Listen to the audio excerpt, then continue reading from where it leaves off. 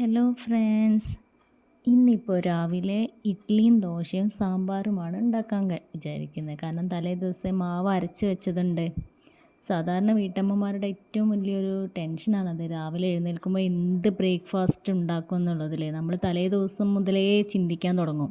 തലേ ദിവസം രാത്രി അതിനുള്ള പ്രിപ്പറേഷൻസ് ഉണ്ടായിരിക്കും. എന്തെങ്കിലും അരി വെള്ളത്തിലിടാനോ അല്ലെങ്കിൽ അതിൻ്റെ കറിക്കുള്ള സാധനങ്ങൾ വെള്ളത്തിലിടാനോ അല്ലെങ്കിൽ എന്തെങ്കിലും എടുത്ത് വയ്ക്കാനോ ഒക്കെ തലേ ദിവസമേ നമ്മൾ പുറപ്പെടും. അപ്പോൾ ഈ ദോശയും അതുപോലെ വെള്ളപ്പമൊക്കെ ആകുമ്പോൾ നല്ല സുഖമാണ്. തലേ ദിവസം അരച്ച് വെച്ചാൽ രാവിലെ എണീറ്റാൽ എളുപ്പപ്പണിയാണല്ലോ. അപ്പോൾ അതേപോലെ എനിക്ക് മാവ് ഇരിപ്പുണ്ട്, അതുകൊണ്ട് ഇഡ്ഡലിയും ദോശയും സാമ്പാറും ഉണ്ടാക്കാമെന്നാണ് വിചാരിച്ചത്. പിന്നെ രാവിലെ സാമ്പാർ ഉണ്ടാക്കുന്ന ദിവസം നല്ല സുഖമാണ്, കാരണം ചോറിൻ്റെ കൂടെ വേറെ കറി ഉണ്ടാക്കണ്ടല്ലോ. അപ്പോൾ ഞാൻ ഈ ഇഡ്ഡലിയും ദോശയും സാമ്പാറും ഒക്കെ ഉണ്ടാക്കട്ടെ കേട്ടോ. അപ്പോൾ നമുക്ക് എന്തെങ്കിലും സംസാരിച്ചിരിക്കാം അല്ലേ, കാരണം ഇതിൻ്റെ റെസിപ്പിയൊന്നും അറിയാത്ത ആരും ഉണ്ടാവില്ല. പിന്നെ ഞാൻ അത്ര വലിയ കുക്കും അല്ല, കാരണം ആവറേജ് കുക്കിംഗ് മാത്രമേ എനിക്കറിയുള്ളൂ. ഒരാൾക്ക് പറഞ്ഞു തരാൻ മാത്രം എനിക്ക് പ്രത്യേകിച്ച് ഒന്നും അറിയില്ല. അപ്പോൾ നമുക്ക് എന്തെങ്കിലുമൊക്കെ സംസാരിച്ചുകൊണ്ട് ഞാൻ എൻ്റെ കുക്കിംഗ് തുടങ്ങട്ടെ കേട്ടോ.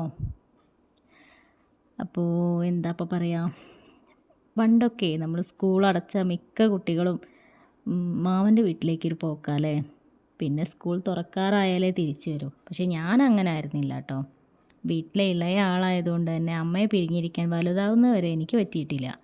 എന്നാലും ഇടയ്ക്കിടയ്ക്ക് 1-2 ദിവസം മാമൻ്റെ കൂടെ പോയി നിൽക്കും.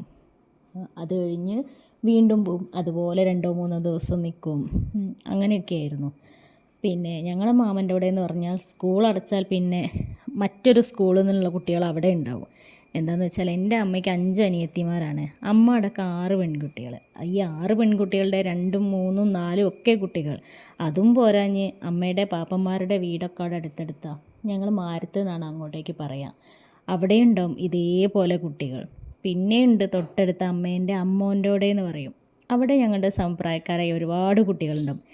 ഇവരൊക്കെ കൂടിയാൽ ഒരു സ്കൂളിലുള്ള കുട്ടികൾ, ഒരു ക്ലാസ്സിലുള്ള കുട്ടികൾ അവിടെ തന്നെ ഉണ്ടാവും. അത്രയും കുട്ടികളുണ്ടാവും. അപ്പോൾ അന്നൊക്കെ നമ്മുടെ കളികളെന്ന് പറഞ്ഞാൽ എല്ലാവർക്കും അറിയാമല്ലോ, എന്ത് രസമായിരുന്നു അല്ലേ. നമ്മൾ എന്താ പറയുക, ആ പ്രദേശത്തുള്ള എല്ലാ പറമ്പും കയറി ഇറങ്ങി ചുറ്റിക്കറങ്ങി എന്തൊക്കെയോ കായ്ക്കളൊക്കെ പറിച്ചു തിന്നു. അന്നൊന്നും നിപ്പയെ പേടിക്കേണ്ട ആവശ്യമില്ലല്ലോ. അങ്ങനെ കറങ്ങി തിരിഞ്ഞ് ഏതെങ്കിലുമൊക്കെ ഒരു വീട്ടിലും പറമ്പിലൊക്കെ കയറി ഇറങ്ങിയായിരിക്കും നമ്മുടെ കളികളൊക്കെ ഉണ്ടായിട്ടുണ്ടാവുക അല്ലേ. അതേപോലെ തന്നെ എൻ്റെ മാമൻ്റോടൊരു ചെറിയൊരു കുടുംബക്ഷേത്രം ഉണ്ടായിരുന്നു. ഞങ്ങളതിനെ പള്ളിയറ എന്നാണ് വിളിച്ചിരുന്നത്. പിന്നെ എൻ്റെ അമ്മച്ചൻ്റെ പണ്ടെങ്ങോ മരിച്ചു പോയൊരു അച്ചമ്മേൻ്റെ ഒരു ചെറിയൊരു ശവക്കല്ലറുണ്ടായിരുന്നു. അതൊരു കുട്ടി വീട് പോലെ ഉണ്ടാക്കി വെച്ചിരിക്കുന്നത്.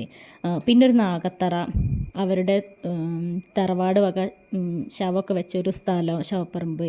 ഇതൊക്കെയായിരുന്നു ഞങ്ങളുടെ കളിസ്ഥലം എന്ന് പറയുന്നത്. സ്ഥിരമായി അവിടെയാണ് ചോറും കൂട്ടാനും കളിച്ചതും ഒളിച്ച് കളിച്ചതും വർത്താനം പറഞ്ഞിരുന്നതും കച്ചറ ഉണ്ടാക്കിയതും പിണങ്ങിയതും എല്ലാം ആ ഒരു പ്രദേശങ്ങളിലായിരുന്നു.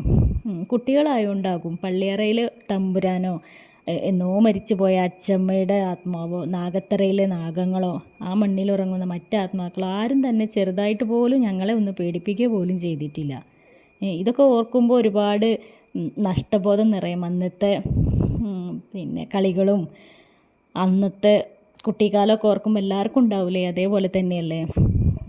പിന്നെ പക്ഷെ അതിനേക്കാളൊക്കെ ഒരു സങ്കടം വരുന്നൊരു കാര്യം എന്താണെന്ന് വെച്ചാൽ, അന്ന് ഞങ്ങളോടൊപ്പം കളിച്ചിരുന്ന പ്രസുമാമനും മണിക്കുട്ടനും ഇന്ന് ഞങ്ങളുടെ കൂടെ ഇല്ല. അതാണ് ഏറ്റവും വലിയൊരു സങ്കടം. അവർ രണ്ടുപേരും ഇന്നിപ്പോൾ ഇല്ല. പിന്നെയുണ്ട് ഇതേപോലെ മാമൻ്റെ അടുത്തെ ഒരുപാട് ഓർമ്മകൾ എല്ലാവർക്കും ഉണ്ടാവൂലേ. നമ്മളെ കുട്ടിക്കാലത്ത് മാമൻ്റെ അവിടെയൊക്കെ പോയി പാർക്കുന്ന ആൾക്കാരാകുമ്പോൾ എന്തായാലും ഉണ്ടാവും. പിന്നെ അമ്മമ്മേനെ കുറിച്ചും മാമച്ചനെ കുറിച്ചും അവർ രണ്ടാളും ഇപ്പോൾ ഇല്ല. അവരെ കുറിച്ചൊക്കെ ഉള്ള ഒരുപാട് നല്ല നല്ല ഓർമ്മകളുണ്ട്. ഞാൻ പറഞ്ഞില്ല, എൻ്റെ മാമൻ്റെ അവിടെ അമ്പലവും അതേപോലെ അമ്പലം എന്ന് പറയുക ഞങ്ങൾ പള്ളിയറ എന്നാണ് പറയുക. അങ്ങനെയുള്ള സംഭവങ്ങളൊക്കെ ഉള്ളതുകൊണ്ട് ഒരുപാട് നല്ല നല്ല ഓർമ്മകളും കാര്യങ്ങളും ഉണ്ട്. എല്ലാം ഞാൻ പറയാം കേട്ടോ. കഥ പറഞ്ഞ് സമയം പോയത് അറിഞ്ഞില്ല. എൻ്റെ സാമ്പാറും ഇഡ്ഡലിയും ദോശയും എല്ലാം റെഡിയായി. അപ്പോൾ ഞാൻ ചായ കുടിക്കട്ടെ കേട്ടോ. നിങ്ങളെൻ്റെ ചാനൽ സബ്സ്ക്രൈബ് ചെയ്തിട്ടില്ലെങ്കിൽ സബ്സ്ക്രൈബ് ചെയ്യൂ കേട്ടോ. അപ്പോൾ പിന്നെ കാണാം. ബായ്.